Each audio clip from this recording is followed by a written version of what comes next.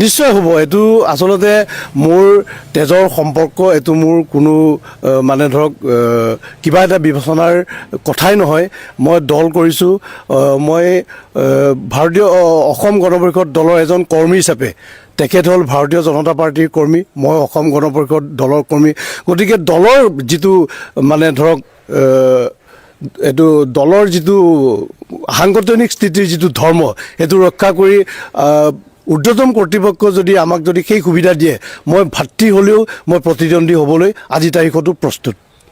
2026 বৰ্ষত যিটো নিৰ্বাচন হ'ব, এই নিৰ্বাচনৰ ক্ষেত্ৰত আমাৰ মাজুলীত যেনেধৰণৰ তৎপৰতা হৈছে, এই তৎপৰতাখিনি আমি আমাৰ ঊৰ্ধ্বতম কৰ্তৃপক্ষক আমি অৱগত কৰি আহিছোঁ। আৰু ঊৰ্ধ্বতম কৰ্তৃপক্ষও আমাৰ যি ইচ্ছা, এই ইচ্ছাক ঊৰ্ধ্বতম কৰ্তৃপক্ষও আমাক আশ্বাস দিছে। গতিকে এই আশ্বাসতেই আমি সবল নেতৃত্বৰ কাৰণে আজি প্ৰতিটো ৱাৰ্ডত আমি লাগি আছোঁ। না, প্ৰত্যেকটো দলৰে নিজা নিজা আপোনাৰ সাংগঠনিক স্থিতি সবল কৰাৰ ক্ষেত্ৰত নিজা নিজা ষ্ট্ৰেটেজিজ থাকে।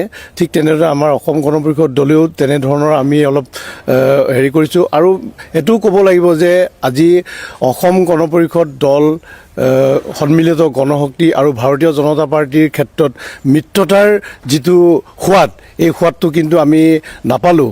সঁচাই আজি আমি সেইটোৰ ক্ষেত্ৰত ক্ষোভিত, আৰু এইটো আমি কেন্দ্ৰীয় নেতৃত্বকো আমি জনাইছোঁ। আৰু এতিয়াও মই ক'ব পাৰোঁ যে অসম গণ পৰিষদ দলৰ ক্ষেত্ৰত মিত্ৰতাৰ ক্ষেত্ৰত আমি যিটো ভাৰতীয় জনতা পাৰ্টীৰ লগত যিখিনি আমাৰ মিত্ৰতা সমন্বয় পাব লাগিছিলে, এইটো আমি পোৱা নাই।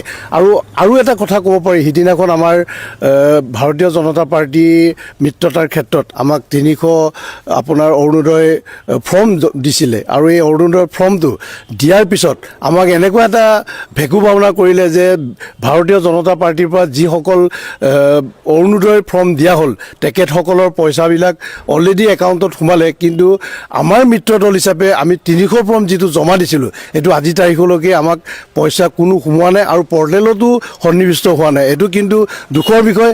আৰু আকৌ এবাৰ কৈছোঁ যে মিত্ৰতাৰ ক্ষেত্ৰত আজি 10 বছৰে আমি অসম গণ পৰিষদ দলে মাজুলীত যেনেধৰণৰ এটা সোৱাদ পাব লাগিছিলে, এইটো কিন্তু আমি প্ৰতিটো মুহূৰ্তত বঞ্চিত হিচাপে মৰ্মে অনুভৱ কৰোঁ। আমি নিৰ্বাচন খেলাটো আমাৰ একদম 110% খাটাং। নাই, আমাক ঊৰ্ধ্বতম কৰ্তৃপক্ষই আমাক এইটো আমি আস্থা আৰু আমাৰ সম্পূৰ্ণ বিশ্বাস আছে। আৰু আমি ঊৰ্ধ্বতম কৰ্তৃপক্ষৰ লগত সেইটো সম্পূৰ্ণৰূপে আলোচনা কৰা আছে। তেখেতসকলৰ যিটো আস্থা, সেইটো কিন্তু আমাৰ যি ভবা সেইমতেই তেখেতসকলৰ আস্থাটো আমি পাম বুলি আমি আশাবাদী। কেন্দ্ৰীয় নেতৃত্বই বিবেচনা এটা কৰিব, বন্ধুত্ব সুলভ হ'লেও আমাক খেলিবলৈ আমাক সুবিধা প্ৰদান কৰিব বুলি এতিয়াও আমি আশাবাদী।